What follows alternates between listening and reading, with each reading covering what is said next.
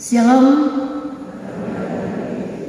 Sangat tertarik dengan syair lagu kolom 15 tadi.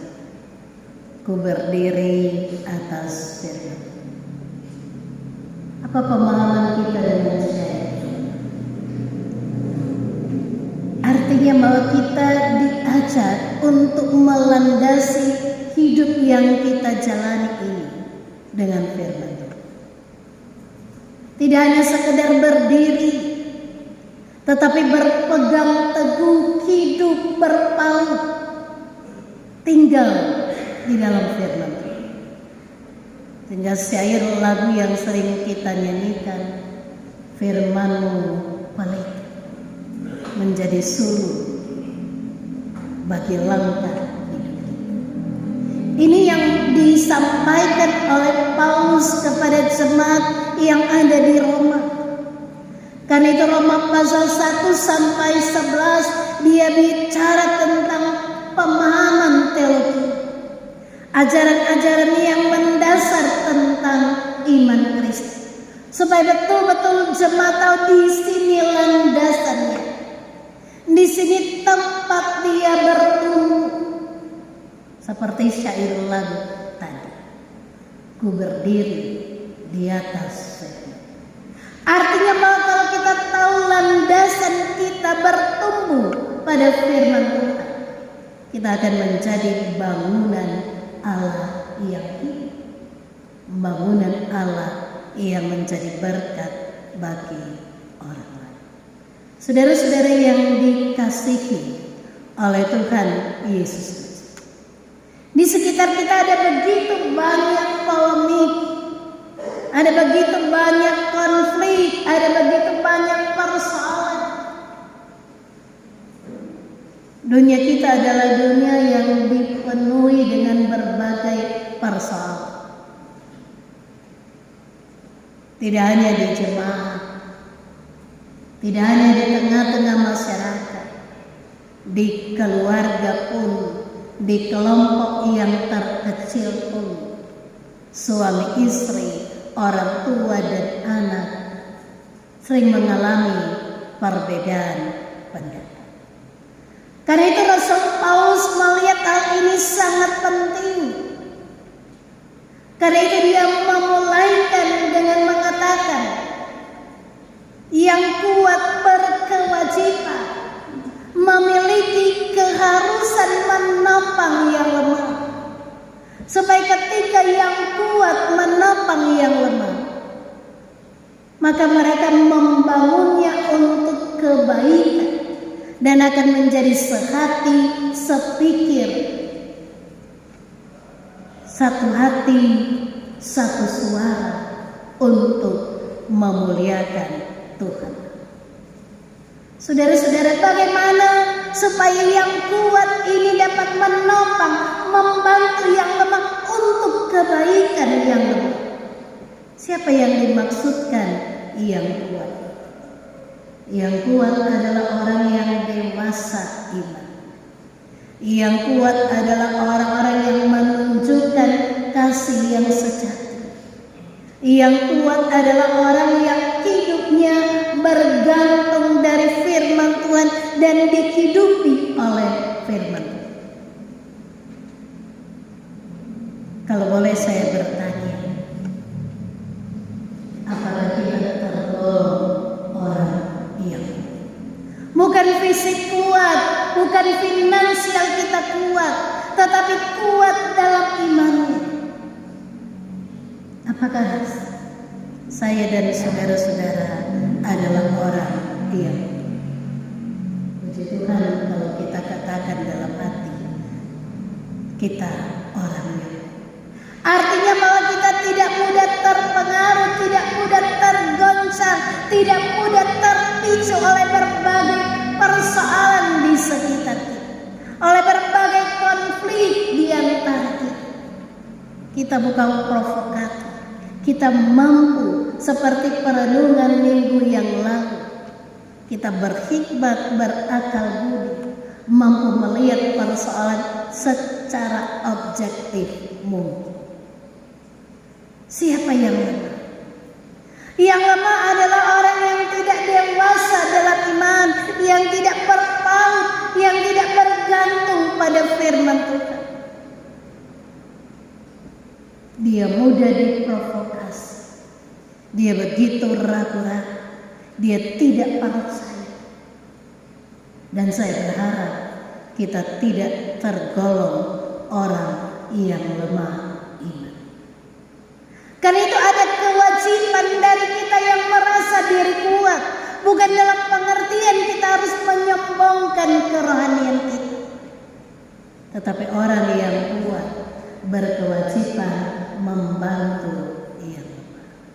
Orang yang kuat berkewajiban menolong mereka supaya kita bertumbuh bersama. Bukan menghakimi, bukan menjelekkan, bukan mendiskriminasikan mereka, tetapi mari yang kuat ketika menopang yang lemah, kita berdiri bersama di atas firman Tuhan dan kita bertumbuh dewasa. Amin. Tetapi kalau masih ada hari ini yang kuat menganggap diri paling benar dan menyepelekan yang lemah, kita belum membangun satu hubungan yang baik, apalagi bersinergi dalam melakukan karya kasih Tuhan yang luar biasa. Karena itu saudara-saudara, saya sering kali mengatakan hidup ini ibarat anak. Ada orang berpikir hidup ini seperti bola berputar, kadang di atas, kadang di bawah. Tetapi saya selalu berpikir bahwa hidup ini adalah seperti anak.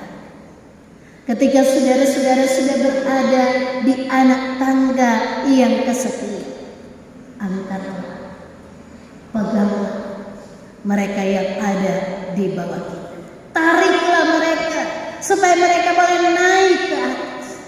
Tetapi juga dalam hidup ini, ketika kita harus berhenti sejenak, memberi space, memberi ruang untuk meditasi, membangun kehidupan. Atau mungkin kita berada dalam persoalan, jangan pilih jalan. Jangan orang yang naik-naik saja, sementara yang lain turun. Orang bilang basepi supaya yang di bawah boleh naik ke atas. Supaya kita sama-sama naik, supaya kita sama-sama maju. Jangan kita yang di atas melihat yang di bawah itu seolah-olah level mereka, kelas mereka adalah orang-orang rendah. Orang yang berpikir dalam iman tidak melihat sesamanya sebagai orang-orang yang lemah, yang gampang dimanipulasi, yang gampang diperdaya. Yang penting orang di atas terus dan orang di bawah. Yang berikutnya adalah bacaan ini mengatakan bahwa contohnya adalah Kristus. Ini landasan kita, landasan teologis seperti yang Kristus lakukan, demikian pula yang harus kita lakukan. Apa yang Kristus lakukan? Supaya yang kuat boleh menopang, membantu yang lemah. Bahwa Yesus tidak mencari kesenangannya sendiri. Dia mengalami penderitaan, dia mengalami celaan, dia mengalami kinan semata-mata untuk kita yang lemah, yang tidak berdaya, yang penuh dengan dosa.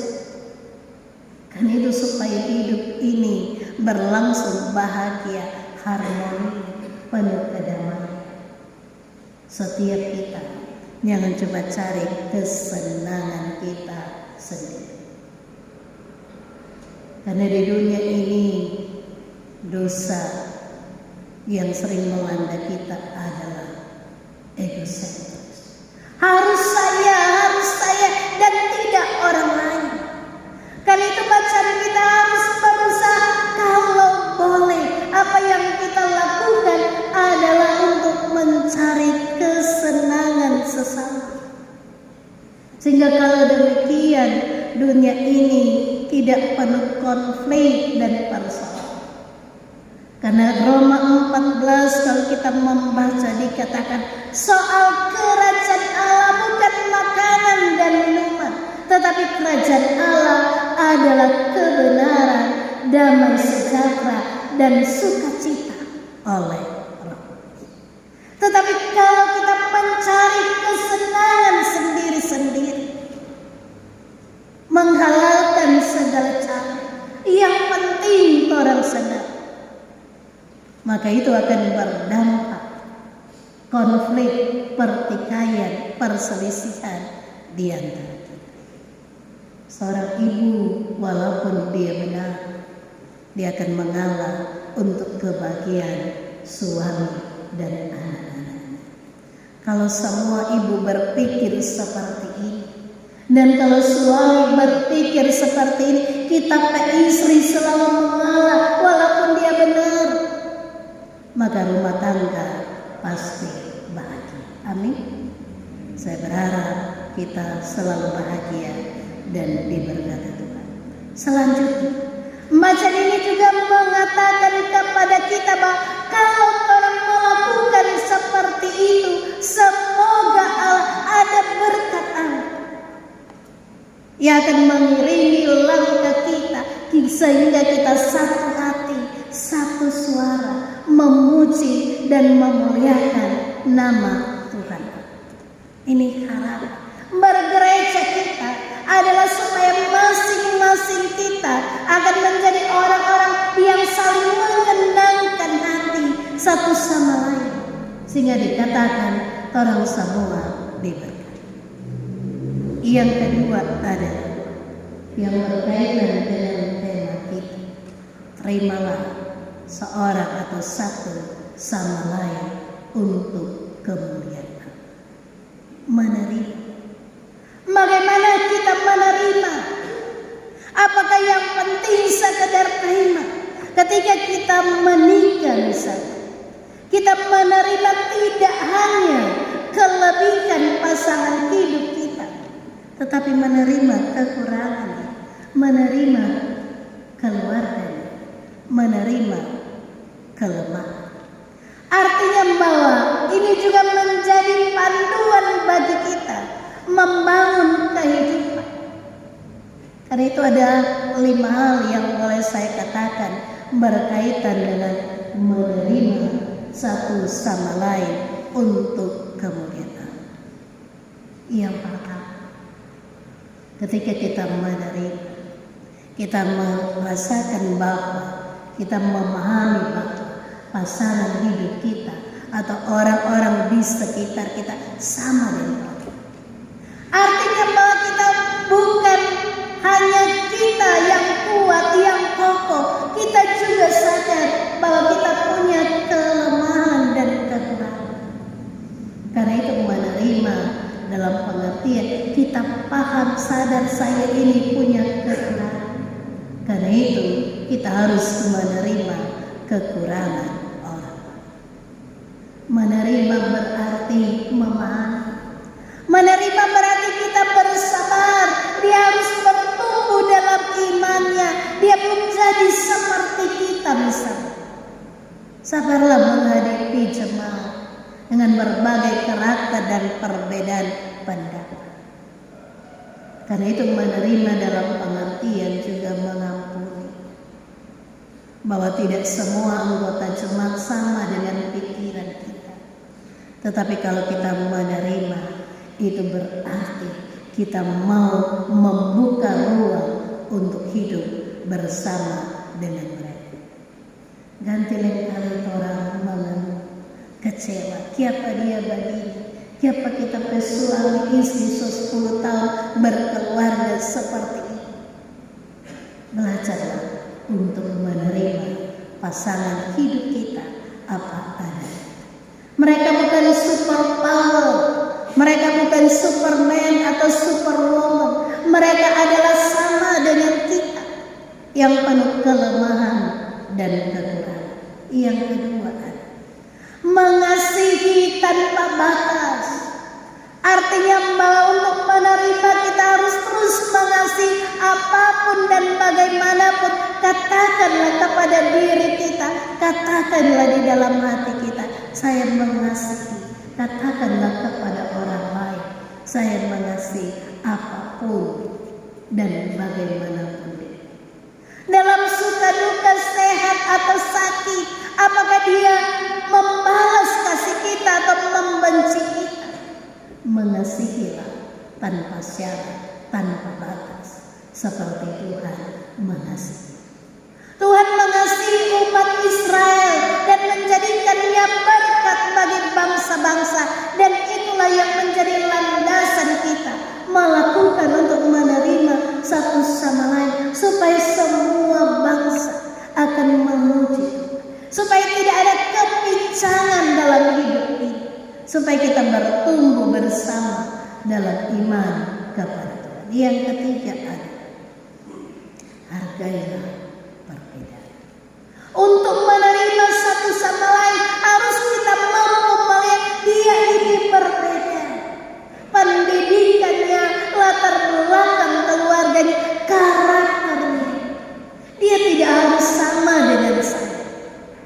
Ketika kita mampu menerima perbedaan, sesungguhnya kita sedang membuka hati yang lapang menerima seorang akan yang lain. Yang berikutnya, yang keempat, jangan merasa benar, jangan menghakimi. Artinya bahwa kebenaran mutlak hanya pada Allah. Dan kalau kita benar, tidak ada salahnya kita mengaku untuk kebaikan mereka yang ada di sekitar. Yang paling terakhir, untuk menerima satu sama lain adalah jangan cari-cari kesalahan. Saudara-saudara, orang paling suka melihat kesalahan. Walaupun mungkin ada 80 sekian kebaikan yang diperlihatkan oleh keluarga kita, suami kita, istri kita, anak kita, barangkali cuma satu kesalahan akan menutupi kebaikan yang ia perlihatkan kepada kita. Karena itu jangan berpikir dia kesal, berpikirlah dia baik. Maka rumah tangga kita pasti landing jemaat, kita pasti menjadi jemaat yang dewasa kalau semua orang berpikir dan berperilaku demikian. Dan kita melihat dalam ayat yang ke-13, berkatlah. Ketika kita wajib menanggung yang lemah, dikatakan semoga Allah memberkati. Dan ketika kita menerima satu sama lain, ayat 13 mengatakan semoga Allah sumber pengharapan memberkati kita, memberi penguatan, menolong kita untuk tetap bertumbuh dalam pengharapan, untuk mengalami sukacita dan berkat dari Tuhan. Yang paling terakhir, mari kita melihat yang saya katakan tadi tentang berkat. Kita melihat sesudah kata yang kuat menanggung yang lemah, di situ ada berkat. Kita membaca bersama-sama ayat 5. Kita baca bersama-sama. 1, 2, 3. Semoga Allah sumber kekuatan dan penghiburan memberikan kepada kamu hidup yang sehati, sepikir, sesuai dengan kehendak Kristus Yesus, sehingga dengan satu hati dan satu suara kamu memuliakan Allah dan Bapa Tuhan kita Yesus Kristus. Ayat 13 kita baca bersama-sama. Semoga Allah sumber pengharapan memenuhi kamu dengan segala sukacita dan damai sejahtera dalam iman kamu, supaya oleh kuasa Roh Kudus kamu berlimpah-limpah dalam pengharapan. Yang paling terakhir, inginkah kita mendapat berkat seperti itu? Pasti kita akan katakan puji Tuhan, amin. Sekali lagi, inginkah kita mendapatkan berkat seperti ini? Ingin. Kuncinya adalah yang pertama, Yang kuat wajib menanggung yang lemah. Yang kedua, terimalah seorang akan yang lain untuk kemuliaan Tuhan. Karena itu mulai hari ini jangan cuma suka cari senang sendiri, tetapi mari kita menyenangkan hati Tuhan dengan memberi ruang untuk menyenangkan hati orang lain. Tuhan Yesus memberkati kita. Amin.